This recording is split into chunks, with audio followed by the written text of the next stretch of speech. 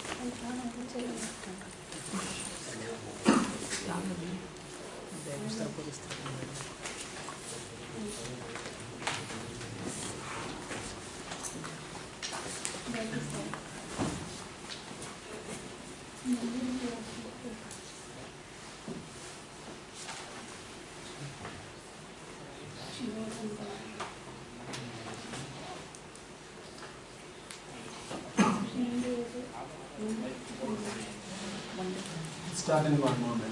Let's say 32.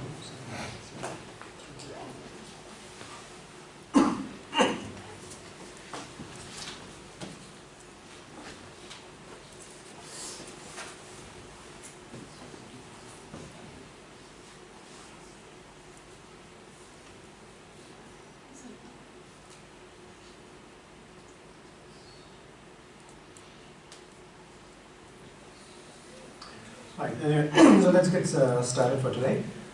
Yesterday we were talking about security, and in the end, I said there are some new things which whether you want to hear about or not. So half of you said yes, half of you didn't say anything. So what I'll do is I'll have a very brief overview, not go into very much detail, maybe spend 10 minutes or so on that, 10-15 minutes. Okay, so yesterday we looked at the basics of security. So we looked at what are the fundamental cryptographic operations we need to do in order to get things like confidentiality, authentication, and integrity. Towards the end, we also looked at how we ensure availability of resources, for example, by putting in things like firewalls and intrusion detection systems. So what I'll do now is I'll look at it so that was a very general discussion, right? And it could be applicable to any computer network. So today we'll look at it from the specific case of an IoT device, what happens.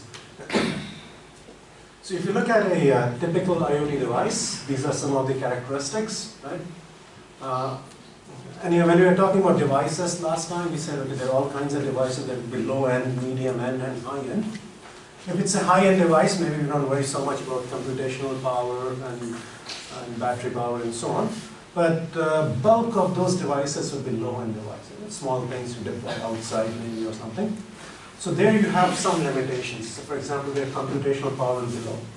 So they're not going to run an Intel 4 quad-core chip or something. Right? Clock speeds will be much lower, in the order of a few hundred megahertz. So they're slow.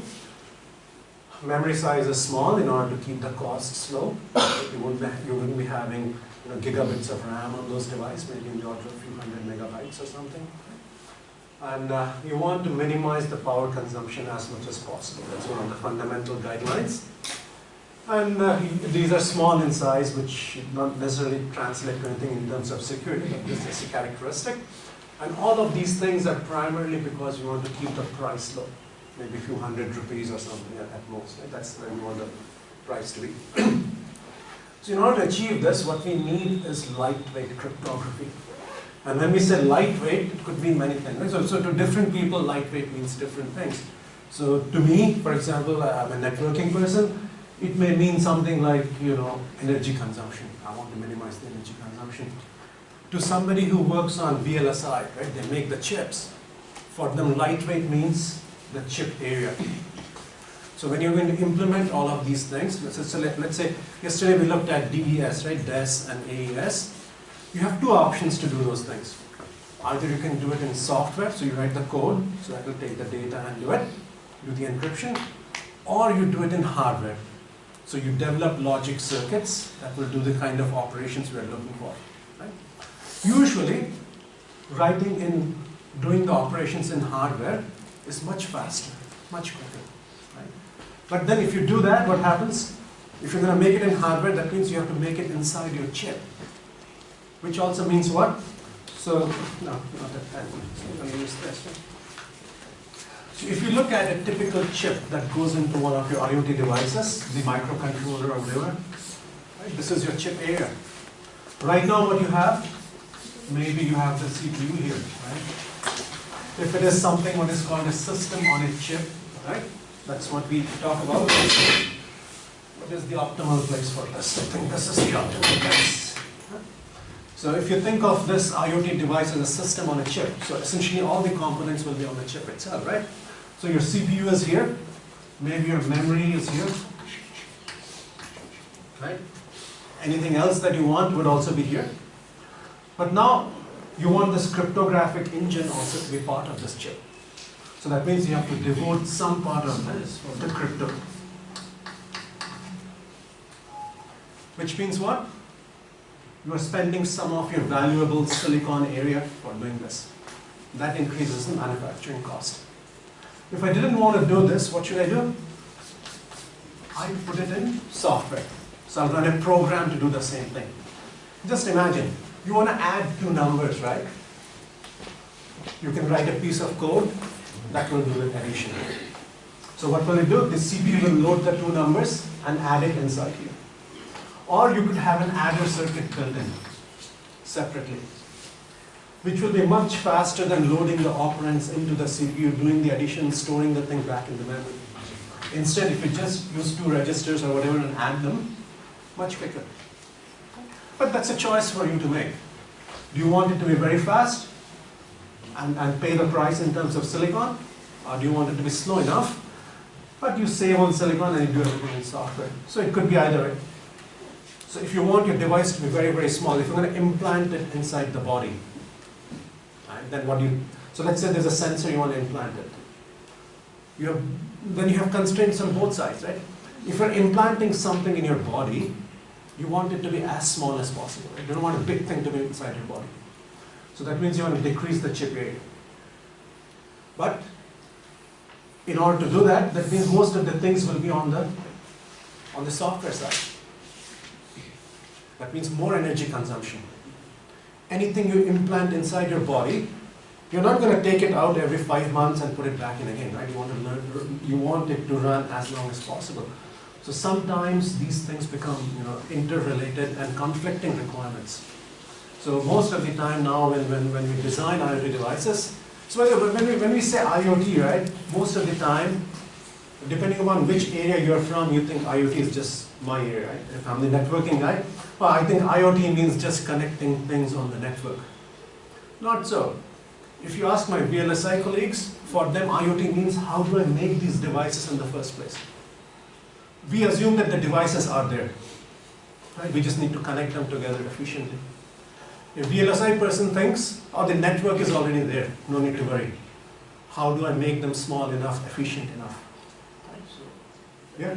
Is there any opportunity to design and develop intelligent sensor? Yeah, there are a lot of people who do that, right? And so when you design a sensor, you have to do two things, right? So what's a sensor doing? It's sensing something. So what is the most efficient way of sensing that? So for example, maybe you want to sense the vibration. What's the best way to sense the vibration? So there are people who do materials, or people who do MEMS devices, right? They are worried about how do I actually, what should I do so that I get the maximum energy out of this vibration. Right? And then The next thing is, what do you do with that vibration? What does it tell you? That's the intelligence part, right? In order to do that, you have to do some analytics. And when we think about analytics, we usually think it's being done in the cloud, right? But really, analytics could be anywhere, right? 2 days back, we were saying, analytics, we think data goes to the cloud and the cloud does the thing, right? And then we had some examples. For example, the transportation one, where we say, no, if you go to the cloud, it may be too late. So bring it closer. So we have fog now, Yeah. right? Maybe fog is too much sometimes.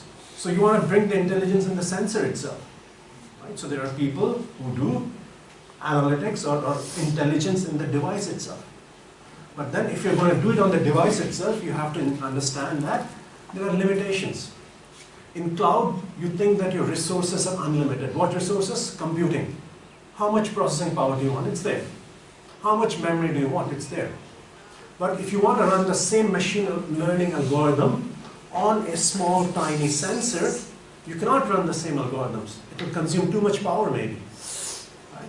So when you think about analytics, intelligence, learning, it's not just at the cloud level, it's everywhere. So you could develop specific algorithms which are only suitable for tiny devices with limitations. You could work on those things too. Right? Okay, so these things are there, right? So yesterday I talked a little bit about that, and what we have is there are 2 of these standards which have come up for doing lightweight crypto. So these are essentially replacements for DSSS, 3DES, and AES, but for the IoT environment. And the 2 common ones are called Simon and Spec. And just like I was saying, you can do it in hardware or in software. So if you want to do the encryption and everything in hardware, the standard is called Simon. And if you want to do the same thing but in software, so you write the code, then it's Spec. Okay? And for example, here, the minimum key size is 64. And if you remember when we were talking AES and DES, key sizes were 128 bits and higher. So much smaller key sizes. Also the block size there, when we were talking about block sizes yesterday, the minimum block size was 64. Actually it's 128 and higher. But here we allow you 32-bit block sizes, smaller.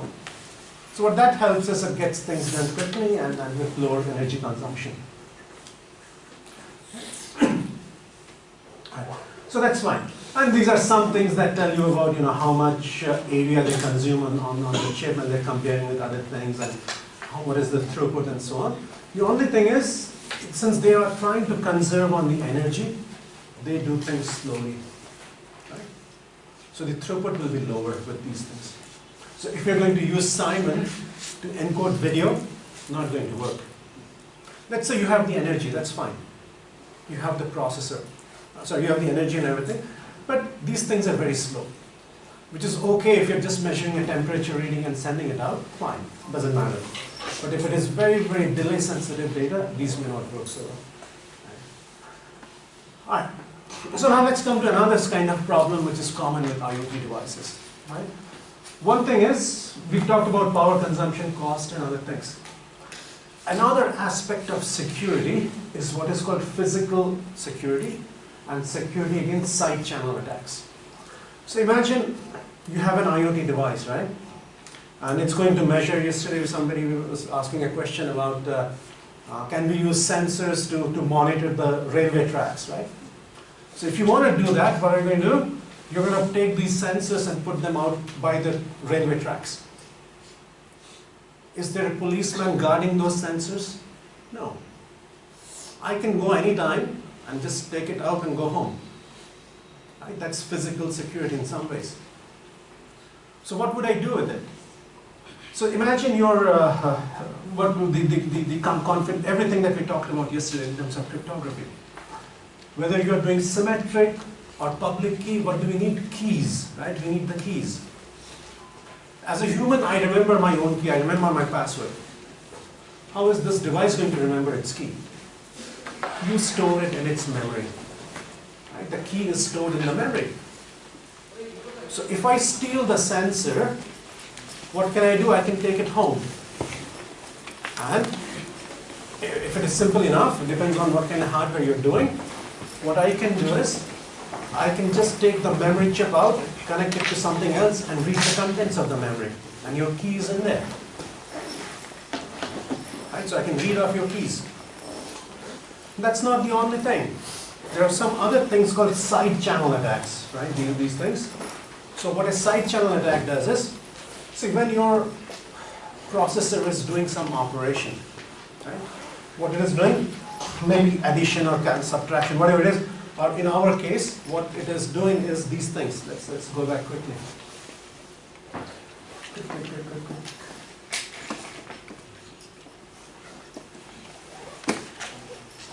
Yeah. So let's say we are running this desk, right? So what our processor is doing all these operations repeatedly. Right? You do this first cycle, then the second cycle, third cycle, fourth cycle, and so on. You're doing this. What happens when we do any kind of operation in a processor or in a piece of circuit? You are running logic gates or transistors. Transistors are going on and off, right? So what's happening? You're drawing current from the power supply. So what I could do is, I could connect my probes to the thing, to the chip, and see how much current you are drawing every nanosecond or every 10 nanoseconds. And by looking at, so if I know the current you are drawing, I can figure out how much power you're consuming, right? Because the battery is fixed. And by looking at this very, very tiny, like the graph might look something like this. This is time in very, very small nanoseconds. I look at what's going on in your processor. You're consuming power like this. So essentially, I can zoom in, so I can see every clock cycle what kind of power you're drawing. And I know what's going on in this algorithm. And I can do reverse engineering and figure out exactly what key you used. Sometimes I don't even have to open the thing and connect a probe to see how much current you're drawing. When your chip is running thing, right? It's drawing current, and current is there are wires and devices. Let's do this.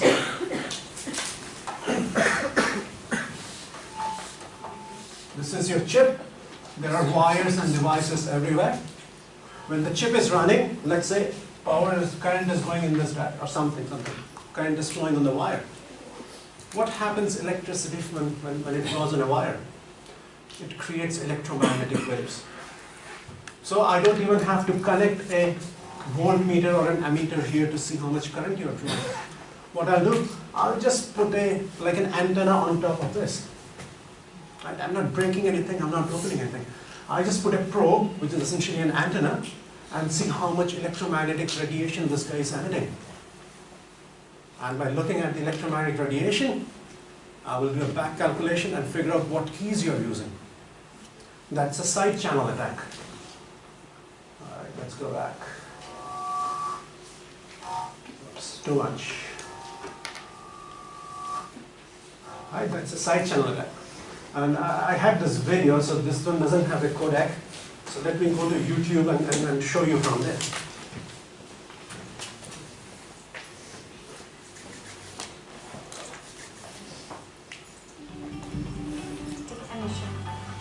The secret key. This is referred to as side channel analysis, and it can be implemented on any device that uses cryptography. Is referred to as side. Unfortunately, attackers can examine these leaks to recover the secret key. This is referred to as side channel analysis, and it can be implemented on any device that uses cryptography to protect its secrets, ranging from smart cards, SoCs, and FPGAs, to mobile phones, tablets, PCs, and servers. Let's take a look at how side channel analysis works. This board includes an FPGA. FPGAs are programmable chips that are often used in systems for government, telecommunication, networking, and security. This development board is specifically designed to test the side channel resistance of cryptographic algorithms implemented in the fabric of the FPGA. We will begin by encrypting a block of data on the FPGA board by using the popular AES encryption. This encryption algorithm uses a 128-bit input and a 128-bit key, but internally it only processes them in 8-bit chunks. Since our plaintext is much larger than 128 bits, the FPGA uses a common chaining mode. So this is the cycling thing that is going on in that Such a thing. trace of 10,000 chained AES operations. If we zoom in on scope and focus on an individual AES operation, we can clearly see the 10 rounds of AES. At each point in time, the power consumption depends on the activity and the intermediates that are being processed in a round. But since these traces are noisy, one single AES encryption will not give us enough information to reveal the secret key. However, if we combine multiple AES operations using statistical techniques, we can use them to check a series of key guesses and begin recovering the key. Focusing on 8 bits at a time, we'll look at the AES operation, which consists of 3 variables: the input, the key, and the FPOX table entry. If we guess 8 bits of a key and we know the 8 bits of input, we can predict the other variable. And we can correlate against the 10,000 AES operations and the 10,000 corresponding ciphertext. If the key guess Anyway, is so wrong, you then get the idea rest what is happening, right? are not related to any. So they have put up this probe thing here. Right? There's this electromagnetic probe on top of the chip, and they're measuring the electromagnetic radiation that is coming out of the chip. And then you sort of, let's see where it is.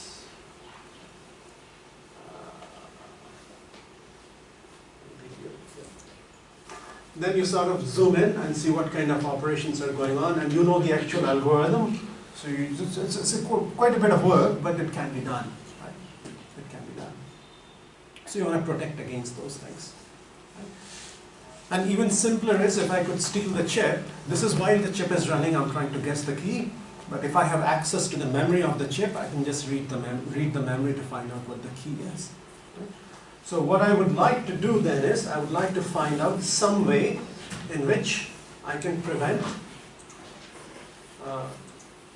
such physical or side channel attacks, protect against those.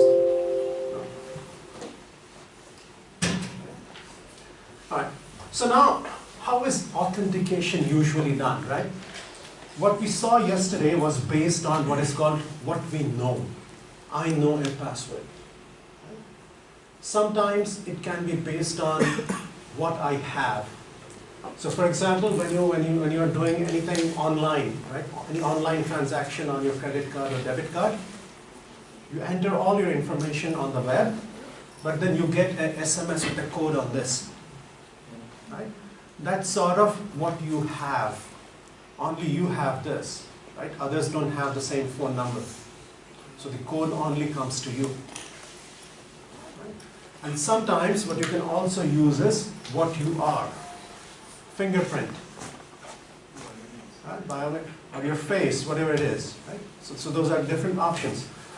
So another thing which is becoming more and more popular these days is saying that, okay, I'm not going to use a key that I store. Right? So essentially what a key is, it's something unique to you. Right? Nobody else has that or knows that. For us, we have this fingerprint, right? When I came into India, I had to fingerprint myself every time. Now, what about a fingerprint for ICs or integrated circuits? Can we do that? Right? 2 identical chips, 2 processors of the same kind, but I still want a fingerprint on them. Right? And that's where these things are coming up, where people have observed that during the manufacturing process of integrated circuits, things happen. And they essentially give us fingerprints that can be exploited. So let's see what happens. So let's look at the IC fabrication process itself, right? Hopefully some idea, right? I'll give you. So when you want to make an IC, essentially you want to make a circuit on that. And maybe a transistor connected to something else. Usually we will start with a silicon substrate, and then we will put on some kind of a masking film on it, and then photoresist, and then finally what will happen is you will put a mask which has a picture of the circuit you want to create. Right? This is the layout of the circuit that you want. And usually you would shine some ultraviolet rays so that this photoresist layer at the bottom, the red one here, the ones which are being masked, they will not be exposed to the light, and this portion here will be exposed to the UV rays. So then you will peel this thing off, and then you will do something called etching and so on. So the portion which was exposed will go out, and the portion which was not exposed will stay in. And then so on, and ultimately you will be left with this. How big is this? These days, 18 nanometers, 27 nanometers, and so on. That's the width of a wire these days. Right? And we are going towards 7 and 6 nanometers and so on. It's almost becoming the width of a few atoms and so on. Right? It's so tiny. So now what happens is, when you are manufacturing these things, oops,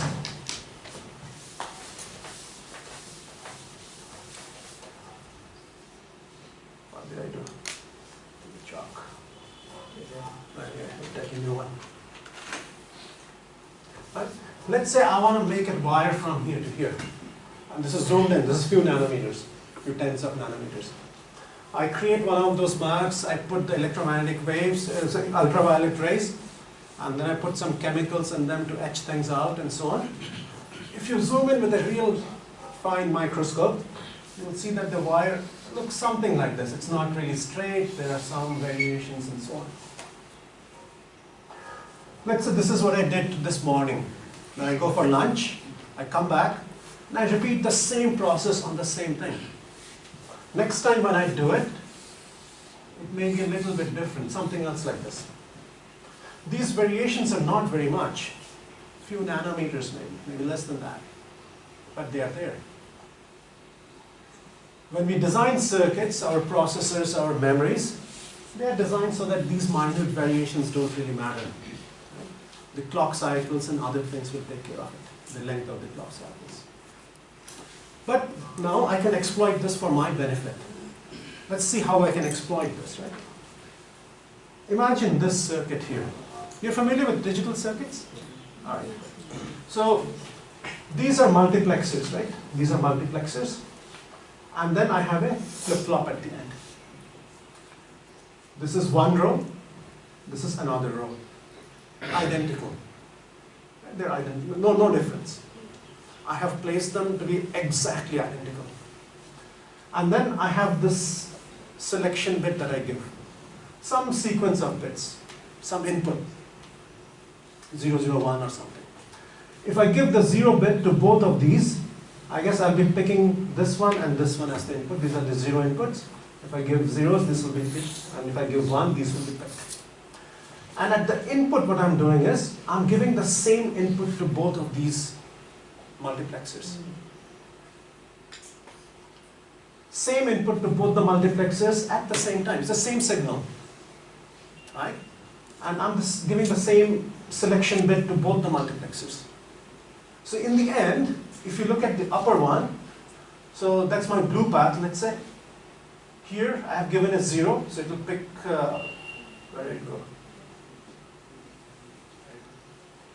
Okay, so this is the way this is connected. So here, the 0th input will be selected, and here the 0th input will be selected.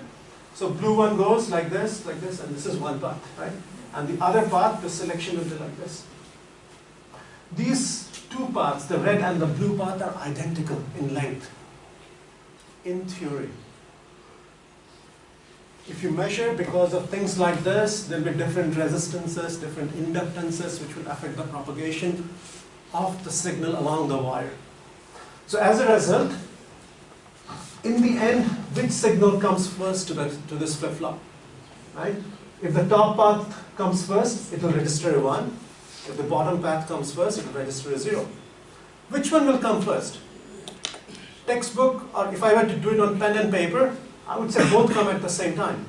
Right? They should ideally come at the same time, but it will not come at the same time. It will be something random. I don't know which one will come.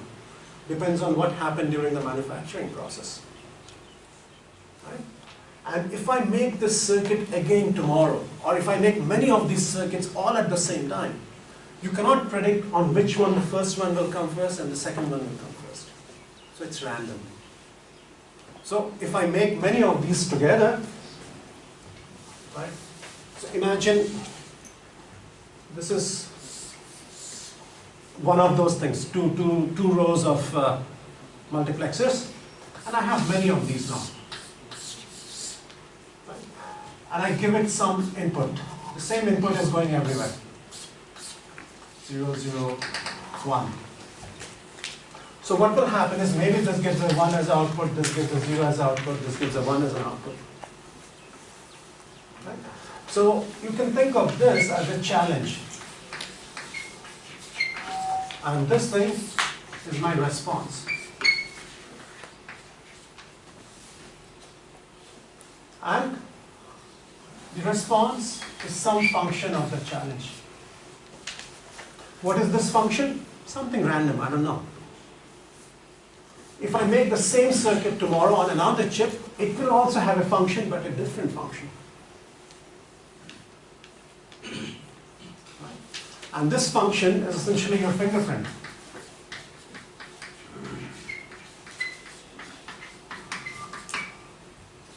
If you make the number of challenge bits large enough, right? If you just have 2 bits of challenge, 2 bits of response, of course the two devices will hopefully come up with the same answer. But if these are 128 bits, 256 bits, then you have enough number of, there are 2 to the power of 128 possibilities. So then the possibility of collision will be very, very low, just like in a hash function in some ways. So we have people, many universities have people, and these are what are called PUFs, P-U-F. Or should I write? Physically unclonable function. It's unclonable in the sense you cannot create it again on your own. Even if I tell you that my function is this, you cannot really create this because, how it was created, which one was different, which length of the Y was different, you cannot create it. So it's unclonable, and it's a function, and it's physically because it's based on the physical properties of the device. So now what people do is they say, all right, instead of having a key that you store, we would operate based on challenge response pairs. Right? So the device doesn't have to store anything. So if a device wants to authenticate with a server, right? So let's delete all these things now.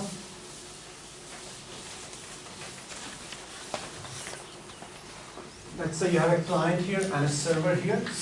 They want to authenticate with each other. All this server needs to know is this function for this particular device. It may not have to know the exact thing. It may have to know just a few of these trends. If I give this as the input, what will be the output? A few of those, or one of those. So what will happen is the server will give a challenge here, and this guy will have to pass the challenge through its puff. It will pass it through its puff, and it will get a response back. And it will send a response on the side. This guy will say, all right, I know this function, and I'll match. Is the response really what I'm expecting? If it matches, then it says, fine, you are the real guy. If instead, let's say Trudy comes in here, she can get the same challenge, but she doesn't have this function. Right? She doesn't have the same puff. She has a different circuit. So if she passes the same challenge through her circuit, she will get a different response out. And when she gives this response back to the server will say, this doesn't match. This is not what I'm expecting. So matching can be done sequentially, bit by bit. Matching is bit by bit. The same sequence of bits should match on both sides. If both the things will come simultaneously at the same time, then what will be the... Then usually what happens here is, this depends on the circuit here really. It will pick either one at random. Oh. That's usually what happens. It just picks one at random. Or sometimes, if you want to give preference, usually you'll go to the D gate. That's what happens. And anyway, so this was a very high-level overview that you have, that I gave you. And what we could do is just, since I said I wouldn't spend too much time, I already spent half an hour. You can come up with a very, very formal way of describing the same thing. Right? You wouldn't just send a C and get an R. Usually you would need other things along with it. So you would have to encrypt them. You'd have to ensure integrity of the message. How do I know that the C that was sent It's the C that I receive. So you have to build some integrity on top of it. So when you see a protocol like this, it has all of these things built up. Right? And just for those who are interested in, let's say, research along these directions of cryptographic protocols and so on, if you just develop a protocol like this and try to publish, difficult. Maybe you'll get into some conference somewhere, but if you're looking at a proper journal, right, with a proper review process, you need to do something more, right? So what do you need to do? You need to prove certain things. And what are the things we prove when it comes to cryptographic protocols? First thing is you prove completeness. So no matter what input I give, whatever valid inputs I give, your protocol should be able to accept them and deal with them. In many cases, the vulnerabilities of code. See, AES and DES, I was talking to somebody yesterday at the end of the lecture, right? These protocols are known to be okay, right? They don't have any vulnerability, but still we get into trouble. Why? Because the algorithm is there on paper. Somebody has to write the code for it. And usually when we write the code, that's where we make mistakes. Or we get lazy. You know, when we are writing a code, let's say I expect an input. I expect a 2-bit input. But what if somebody gives me a 3-bit input? If I don't have a check condition there, then sometimes my thing can hang, or there could be a buffer overflow, things like that, and then we get into trouble, right? So completeness sort of takes care of those things. Right? Other things are deadlock free. You have to ensure that your protocol doesn't enter into a deadlock situation, right? Where it enters a particular state and just stays there, cannot move out of it. So essentially, your system hangs, right? Or free of infinite loops. It should not be, it keeps going in an infinite loop and it's getting stuck. So you have to show all of these things. And then you have to show that if you follow the proper sequence, the thing will actually terminate successfully or unsuccessfully. In case of database management system, commit ever kind of result. Similar thing, right? So for any system, or even a networking protocol, doesn't have to be security. You have to ensure that, so TCP for example, you have to say that if I send the data and I get an ACK back, this should happen. I shouldn't get stuck somewhere, or I shouldn't go in an infinite loop, right? And so on. And I think we don't need to worry about this. And these are some of the ways you show it. You would build a finite state machine for the client and the server. So I was showing the client is doing this, the server is doing this. So you essentially build a finite state machine for both sides. And then you analyze the finite state machine for all the messages that are exchanged. And essentially you show that the way the machine evolves doesn't have any loops in it, or doesn't get stuck in one. That's the way. And then there are other things in which you show the secrecy of everything that is being exposed, everything that is being exchanged, and nobody else truly cannot know what you're exchanging and things. If you're interested in this, what you want to look at is something called Mao and Boyd logic. So all these expressions there, we derive using Mao and Boyd logic. So if you want to get into cryptography kind of thing, so these are some things you want to know. All right, so that's where I think I'll stop with this particular topic. Any questions? So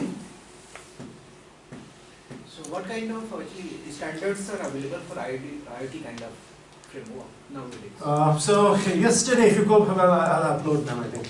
So there is a whole wide body of standards. I don't think I have them. So maybe it's on Mondays. When did we start? Saturday. Yeah, Saturday slides.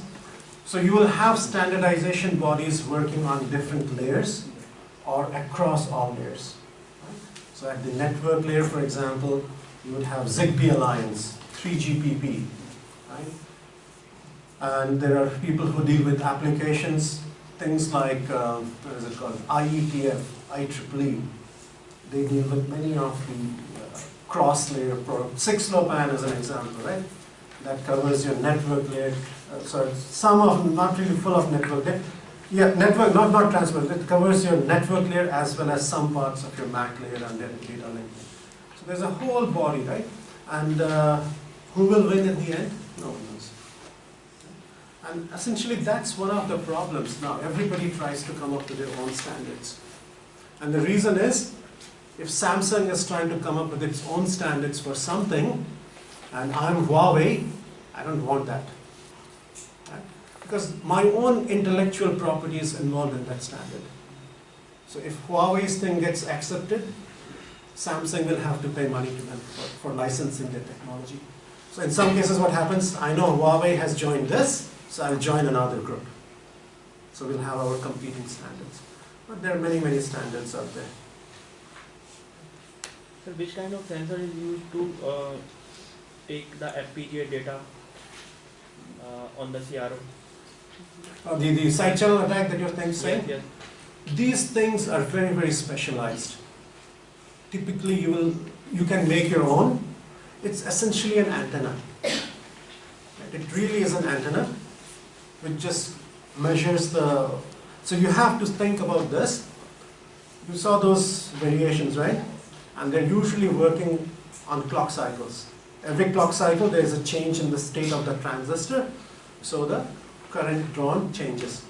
And when the current drawn changes, electromagnetic waves change, right? So then you have to think that, okay, I'm going to look at an electromagnetic wave whose frequency is essentially the clock frequency. So your antenna should be able to pick up those frequencies. Now, if you want to go and buy these things online, very difficult. There are some specialized companies which will do it for you.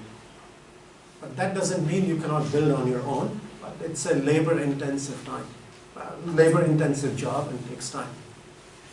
So there are some French companies which will do it.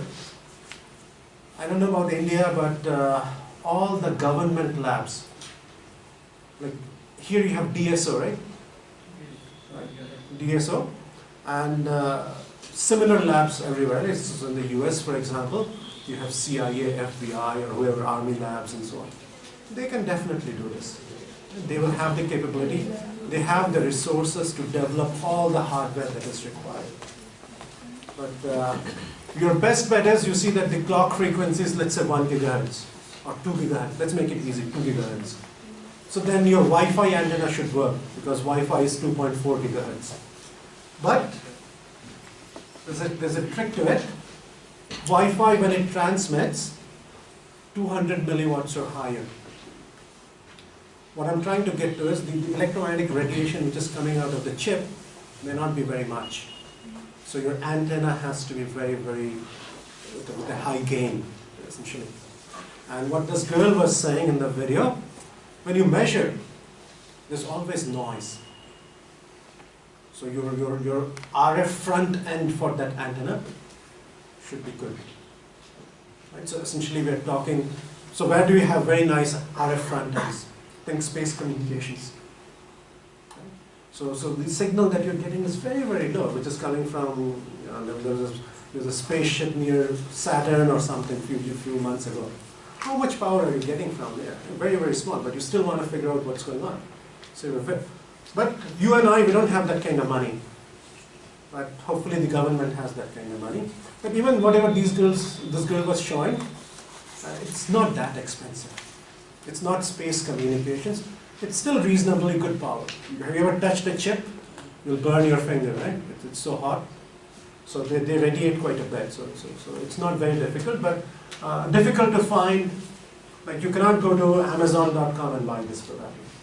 I may be mistaken, but my guess is you cannot.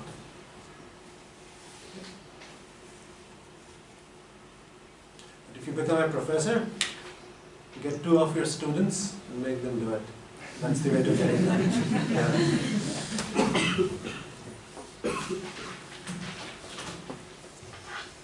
All right, so we took too much time. What should I do? Save changes? No. Okay. Somebody was watching all kinds of movie songs on this computer. I go to YouTube, that's what it gave me. You see? Now it may have changed, but see all these songs. But anyway.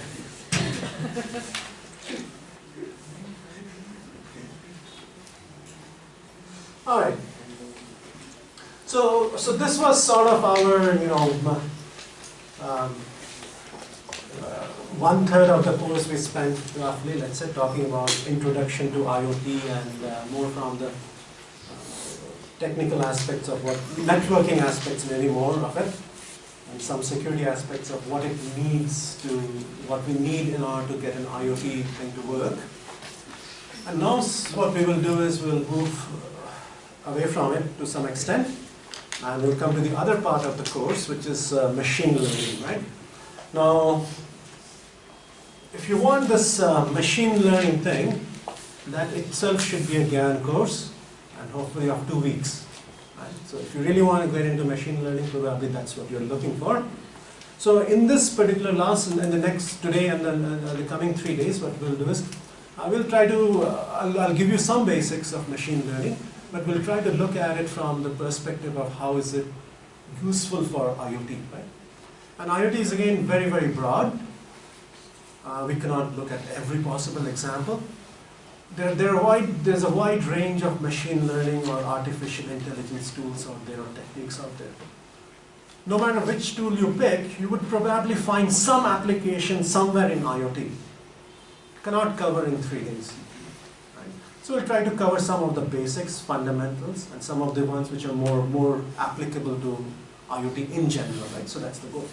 So what we'll do today is we'll try to come up with some use cases of machine learning in IoT. Look at some of the ways learning and their integration with sensors and other things can help us in different applications, different areas. And then if time permits, which doesn't look very promising, we'll get started with some fundamentals of machine learning techniques. And starting tomorrow, we'll get into very specific examples or techniques for machine learning. Right? So that's the goal. All right, so let's look at some of the ways in which IoT and machine learning can help each other or build on top of each other.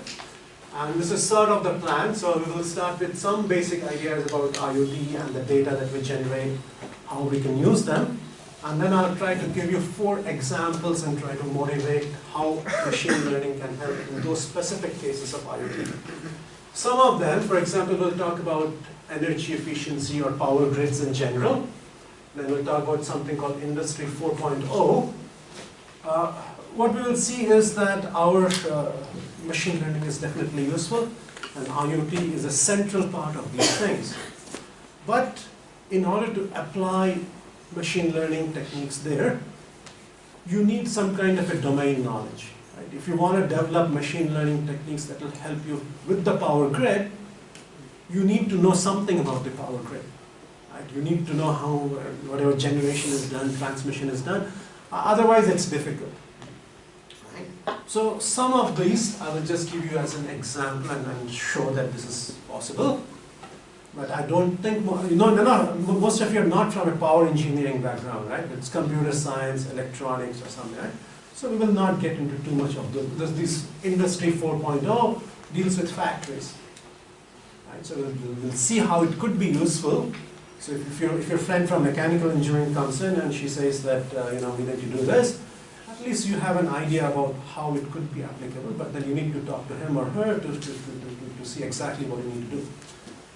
But from our perspective, from computer science, electrical, and electronics, I guess, and networking perspective, there are 2 things which are probably more interesting.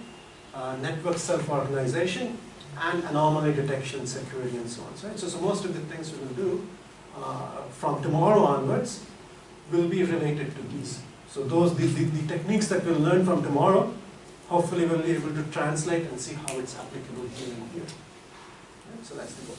So let's start with IoT and data. Right, so this picture sort of shows what happens in 1 minute on the internet. And this is 2016. Some of the things you will see, this is 2016 YouTube videos. In 1 minute, 2.78 million YouTube videos people are viewing, right? A lot of people have a lot of time. So, right, these are how many Facebook logins, how many Ubers and so on, how much money Amazon brought through sales, 203,000 US dollars. And this is what's happening in 2017, even though 17 is not over yet. If you just look at Google, last year they were getting 2.4 million Google queries every minute. And this year it's gone from 2.4 to 3.5 million Google queries. Right? And what else? YouTube views, this year it's 4.1, what was it last year? 2.78, 2.8, right? So things are going up, right? So what this says is, we are generating more and more and more data, and getting there. Now, one thing again, you might have a question that we're talking IoT, and we project things like in 2020, this and that. How likely is it that it will be adopted, right? So so nobody knows, to be honest. Right? Nobody, if I could predict the future, I wouldn't be here. Right? I would buy some lottery tickets, stay home or something. Right? And do that. I wouldn't be here teaching, lecturing you. You guys wouldn't be here either at 8:30 in the morning, right? Anyway, so but if you look at what's happening in 2006, we all do this, right? So everybody wants an iPhone, except me. I only go for phones which come for free.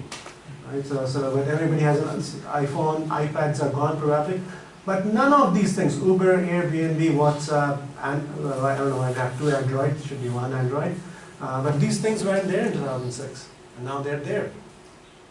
Right? Another thing, how much time it took to generate 100 million users for a technology.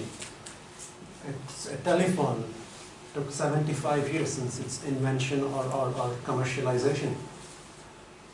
www, or internet as we know it, 7 years. Facebook, 4 years.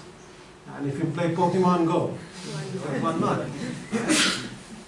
So who knows what IoT-based thing will become popular tomorrow and how much time it will take. So what is happening is, again, we see this data is being generated. A lot of data is being generated. But not all data is useful to us or equally useful to us. If you want to make use of data, what we really want is structured or labeled or tagged data. If you just give me 8 bits of something, I don't know what these 8 bits are, it's a data, but what does it mean? So I really need to know that these 8 bits are the number of people who crossed a bridge in, I don't know, in Varanasi at 8 a.m. on Monday morning.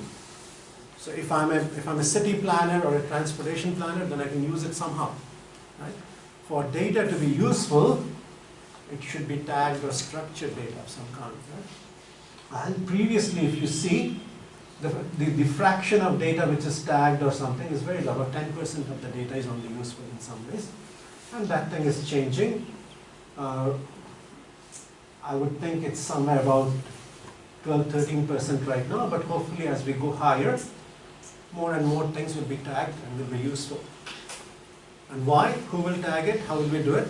To some extent IoT. Right? If you're getting data from a particular sensor, then you know where this thing came from and so on. Right? Just if somebody randomly uploads a picture on YouTube, it doesn't really say much.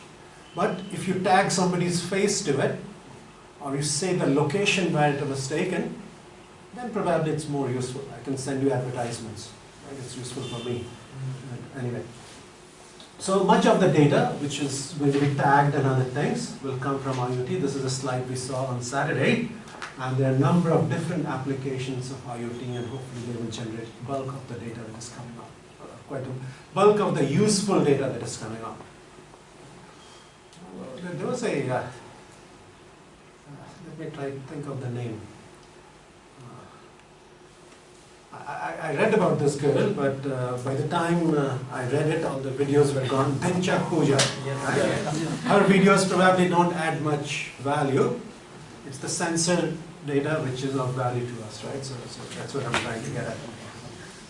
So where are we? Where are we? We have a lot of data. We are generating a lot of data. Bulk of it is untagged, unlabeled, not very useful. So hopefully, so you see this progression. You want to go from data to information to knowledge and hopefully wisdom.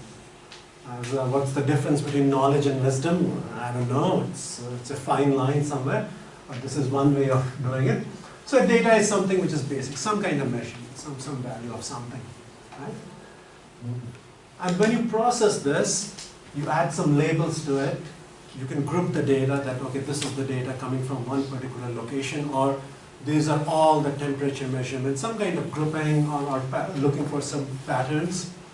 That's information now, something a bit more useful.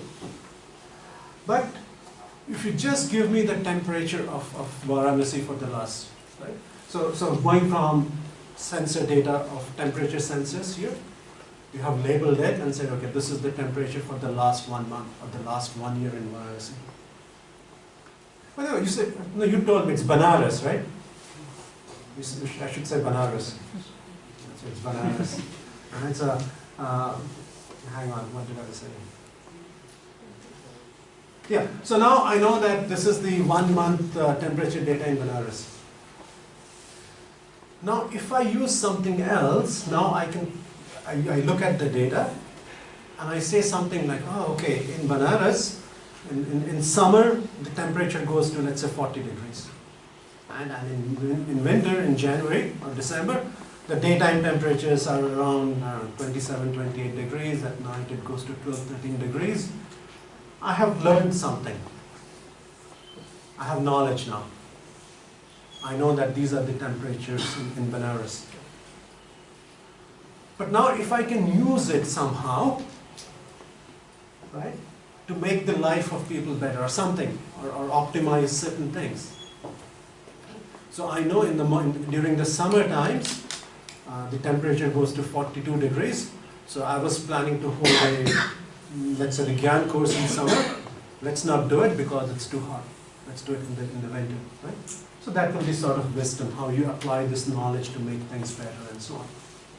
So where we are right now is we have a lot of data and we are sort of getting towards information.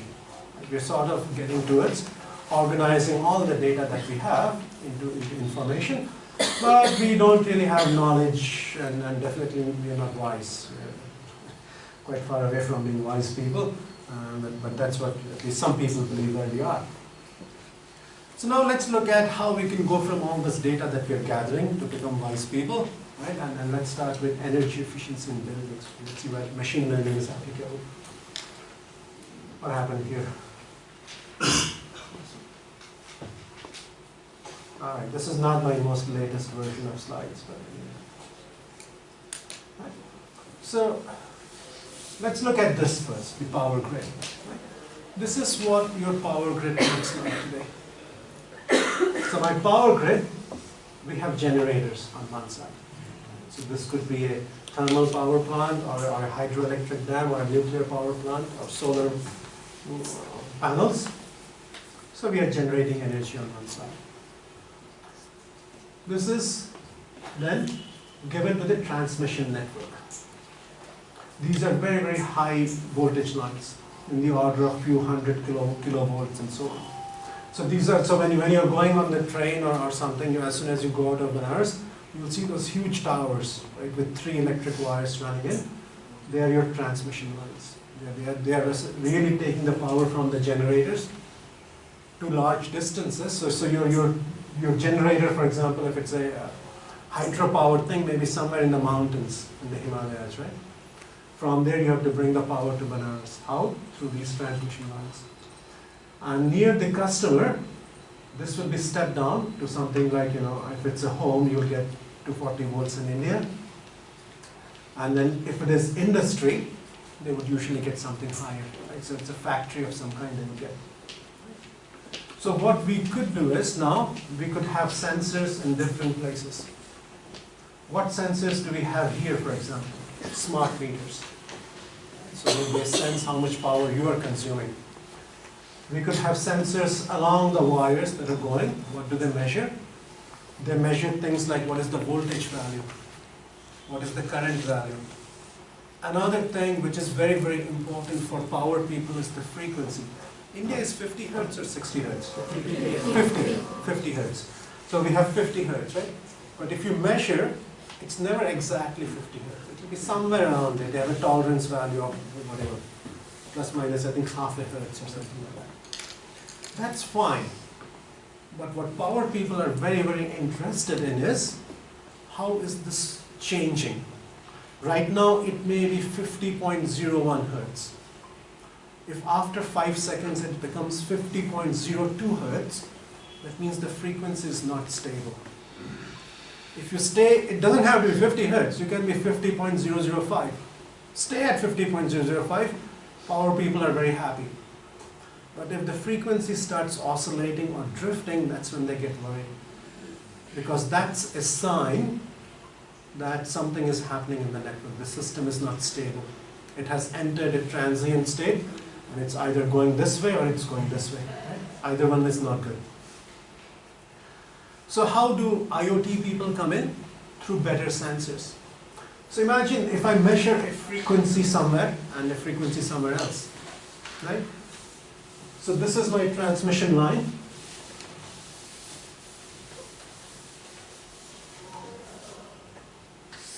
This is my transmission line, and I have a measurement, I have a sensor here, and I have a sensor here. This guy says the frequency is 50.005 hertz. This guy says this frequency is 50.01 hertz. Now I want to know what's happening to the system. When was this measurement taken? Today? Yesterday? If they are 2 or if they are 5 months apart, I don't care. So you need a timestamp here. Right? And ideally you want to measure them at the same time. Or if you cannot measure at the same time, I want to know exactly what the time is. You look at your computer's watch and I look at my computer's watch, they're not the same. There are clock drifts, right? Clocks, nobody's oscillator is perfect. And your clock is not synchronized with my clock. So if you say it's now 9 a.m., maybe it's not 9 a.m. in my clock. Even though I say 9 a.m., you say 9 a.m., in reality, maybe in your place it was 9:01, in my place it was 8:59. So how do I get the real value of time? GPS, not CPS, GPS. Right? So now we have fancy sensors that get the GPS time signal, and then they send it out. Right? So that's where the sensing and the other things come up. And you imagine that if I am trying to control the power grid, I'm very, very delay sensitive. So your communication network should be such that the delays are very low. You should be very, very secure. You know, how difficult is it for me to become a GPS satellite? I don't have to launch a satellite up there. I can just buy a few $100 worth of software-defined radio. I buy 3 software-defined radios. I can program them, and they will become 3 GPS satellites. They will emit GPS signals here. So all of you, if you put on your Google Maps or whatever you use, it will not show you that you're in Banaras anymore, you're in Calcutta or somewhere. And it's not very difficult to do that. So you also have to worry about security in that sense, right? And especially with power grids, which are important. You know, yesterday, this morning, so the busiest airport in the US is Atlanta, not New York City over there. And there was a power cut there. May not have been because of these things, you know, but I could potentially create a power cut there by changing signals and so on. So you worry there. Anyway, so what is happening in the power world, right? Many things are changing. I'm sorry, there's something wrong with my slides when they come here to this computer. But anyway, what is happening is things are changing. For example, the demand is increasing all across the world. India, China, as more electrification happens and so on, demand is increasing. How is this demand going to be met? Previously, for example, China was doing a lot of coal-powered everything. But now they're a bit more sensitive about it because of, there is a climate accord and of all kinds of Paris Accord and everything. So everybody signs it, but I don't think they care about it. They only care when things go bad for their own citizens. Like in Delhi now, we have too much of a smog. I don't know if it was last month or something. Right? So when that happens, then you say, oh, I don't want to do coal anymore. So what do? Solar power. or wind power. So increasingly all these things should have been here somewhere, but it's not there, but all those things are coming in. But when these renewables come in, what happens is they operate on a much quicker time scale. Previously, if you imagine your hydropowered thing or a coal-powered plant, how much power are you generating? Depends on how many turbines you have turned on and everything. And that sort of stays fairly constant. If you are generating, let's say, just as a number, this is not a real number, let's say a turbine is generating 1 megawatt right now. I see that my demand has gone up. Today is a hot day. People are turning on their air conditioners now at 2 o'clock in the afternoon. I have to give it a signal saying, ramp up, start generating more. It cannot generate immediately. Takes a few minutes for it to speed up. Right? You look at a truck on a highway. It starts, it doesn't go to 60 kilometers per hour immediately. It takes some time to speed up. Right? That's what happens here. Inertia is higher. But now we're integrating solar power and wind power into our grids. What happens? Right now it's sunny, all of a sudden cloud comes in. And your power supply goes down very, very quickly. So, if you're not careful, either you have a load shedding in your thing or you have an overload. Maybe now it's cloudy, the cloud just moves out of the sun, it's a small cloud, right? But all of a sudden you're generating a few hundred megawatts more. If you're not careful, you'll trip your system. How do I know this? If you leave that to a human, our reaction times are not quick enough for that. And we cannot really see, and if you look at this grid in India, right, it's not like just a small, the whole grid, as far as I know, well, I shouldn't speak about India when I don't really know, but for example, in the whole of US, it's a very big country geographically, right? There are just 3 different grids, essentially. So what is happening effectively in West Bengal can impact what is happening in Banaras here. So the operator sitting here cannot keep track of the weather everywhere or what's happening, right? So what I'm trying to say is we have to go towards machines now. So we have to have some kind of an intelligence that will take care of these things. How will the machine know? We have to train it, of course. Right? We have to give it all kinds of data. We have to give it weather data and say, okay, when the weather is like this, the windmills, they produce this much. If the weather is like this, the solar panels produce this much. We also have to say that in this region where the solar panel is, the weather changes like this way. The weather in Gujarat, I think Gujarat has a lot of solar panels, right? The weather in Gujarat follows this pattern. Of course, we have to give it maybe 10, 20 years of weather data. And then it will learn what happens in Gujarat. But then weather keeps changing, right? So we've all talked about global warming and this and that. So what has happened in the past doesn't mean it will be the same tomorrow. The average temperatures in different places is going down, some places going up. So your learning techniques and everything which is there has to constantly evolve. So those are things you want to keep in mind. I'm talking too much about things. I should move quickly. So look at some of the things that happens from the power grid, right? So here we were, when I had this, so this is sort of the supply side of things. And this is the demand side of things. Right? If you want your system to run properly, you have to optimize both sides. Right? At the transmission and distribution infrastructure thing, you have to have more efficient substations and generating stations and basically go to optimization. All countries now have to go towards smart metering and so on. And if you want to automatically measure and optimize and run everything, you have to worry about things like what kind of metering infrastructure and sensor infrastructure that you have in different places. There are other things people talk about. So if you look now, all your at the end of the month you get a power bill, right? And whether you consume the power in the morning or in the evening or at night, it's the same charge. The cost per kilowatt hour doesn't change, right? It's the same. But in many places, it's changing. So for example, some of the European countries, Portugal, Finland, and so on, what they have is now, they will communicate the price to you half an hour in advance or something. And they'll say, if you consume now, I will charge you this much. Then you think, do I want to consume now or later when it will be cheaper? So for example, electric cars are coming up in many places, right? They consume a bit of power. So then you choose. If I charge my electric car during the day, when all the factories are on and power demand is higher, the cost will be higher. Instead, if I program it so that it charges at midnight, the cost will be lower. Right?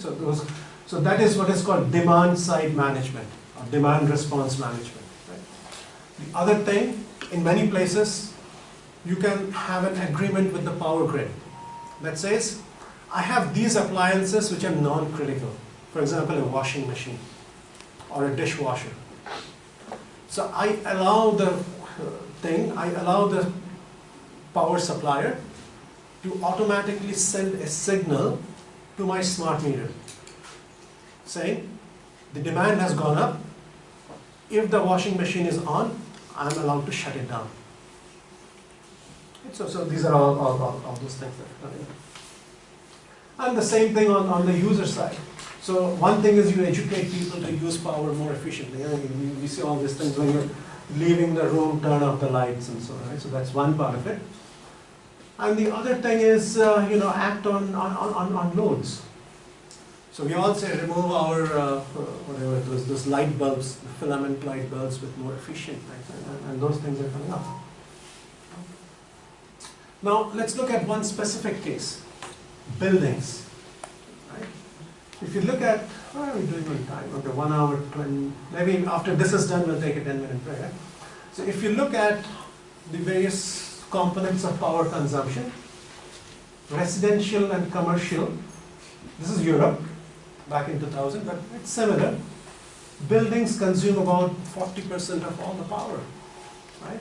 And about buildings consume 40%, and between 12 to 18% are commercial. The rest are all residential. And in Europe, it's a special case because if you go towards northern Europe, it's cold, so you have to have heating in every house, right? But in a country like this or in Singapore, it's the air conditioning bill which is more important, right? So, and within home itself, water heating is one of the biggest things. And then the other things are lighting and heating of spaces and so on, which are important. So where am I getting with this, right? So if I want to have energy efficiency in the building, what do I need to do? In a cold place or a very hot place, you need to do some materials kind of research for insulation, right? If I heat this up, it shouldn't be that the heat leaks outside, right? If you have a glass window, heat leaks outside very easily, right? So there is materials-based research, and a lot of people work on that, right? The other thing which is important for us is all the equipment that is there in this building. For example, your computers, your lights, your heating, your air conditioning, everything. This is the critical there. It has to be tuned for optimal energy performance. Who goes and tunes it? You can always do some things manually. But if it's a big building and you want to do it in real time, it's a machine which has to do it. Right? Conditions keep changing all the time. So you wouldn't have one person looking through cameras in every room and saying, okay, who's there, who's not there, let me turn on the light and fan and whatever it is. The computer has to do it. And hopefully with the help of sensors and so on. And this is one view of what it looks like. So for example, within this home you have these curtains, right? Should the curtains be open or closed? If there's sunlight outside, ideally it should be open, so you don't need the lights here. Right? So things like that. Should the air conditioning be on or should it be off? Should the smart ventilation should be on or off? Right? So the idea really is you have to have sensors which you have to measure various aspects of what's happening in your room. Then you have some kind of intelligence which knows what's going on inside the room. Sometimes you may also get information from outside the room, like what is the weather prediction for today. And using all of this information, then you figure out what you want to do for your room. Okay. So I think we will, it's 45, so we'll stop here. Questions before we move on. All right, so let's be back at 55.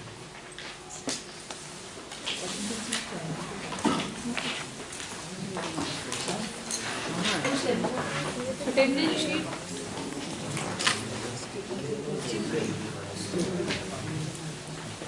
Movie नहीं हुआ movie passing हो पाया ना 2 एक साथ नहीं भेजनी चाहिए ना एक भेजनी चाहिए तो रेस्टोरेंट बात कर कि अभी पहले क्वेश्चन के लिए से दूसरे के बारे में एक ही का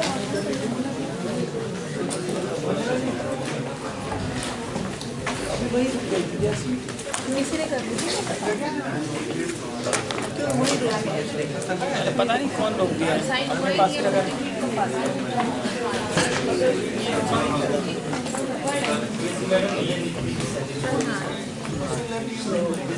अटेंडेंस ले लिया ना class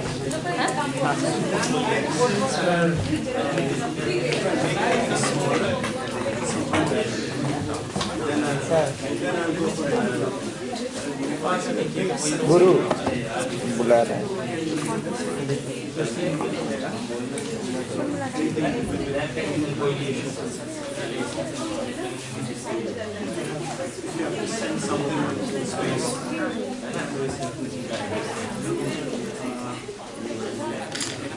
In some sense, making things smaller is better than doing things bigger.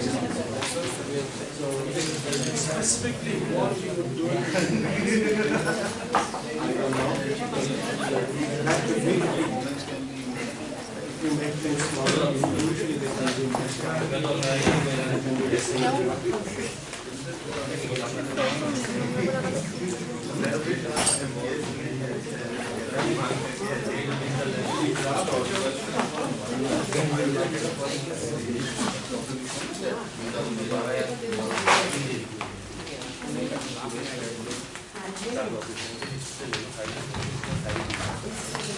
Ashwin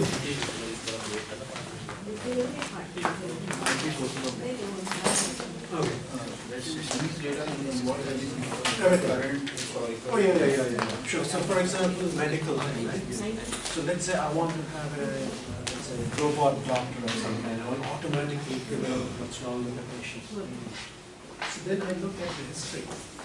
I look at what symptoms this particular patient has. Then I go back to my database. So I look at historical things.